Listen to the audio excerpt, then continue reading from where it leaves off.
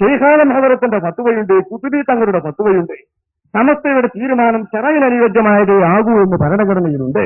അതുകൊണ്ട് സമസ്തയുടെ തീരുമാനം സമസ്ത കേരള ജംഇയ്യത്തുൽ ഉലമായുടെ സംഘടനാപരമായ തീരുമാനമല്ല എന്ന് ഈ തീരുമാനം പുറത്തു വന്ന ഉടനെ ശൈഖുനാ അവർകൾ മാതൃഭൂമി ദിനപത്രത്തിൽ പണം മുടക്കിക്കൊണ്ട് പരസ്യം ചെയ്തിട്ടുണ്ട്.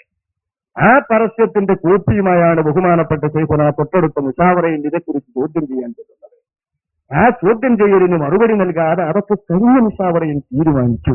ആ റിപ്പോർട്ട് മാത്രമേ ഇപ്പോൾ വായിക്കുന്നുള്ളൂ, അതിൽ ഒപ്പിടണമെന്ന് പറഞ്ഞുകൊണ്ടാണ് ശൈഖുനെ അവർ നിർബന്ധിച്ചതും ശൈഖുനെ അവർ ഈ സംഘടനയുടെ തലപ്പത്ത് തന്നെ കൊണ്ടുപോകാൻ വേണ്ടി ശ്രമിച്ചത്.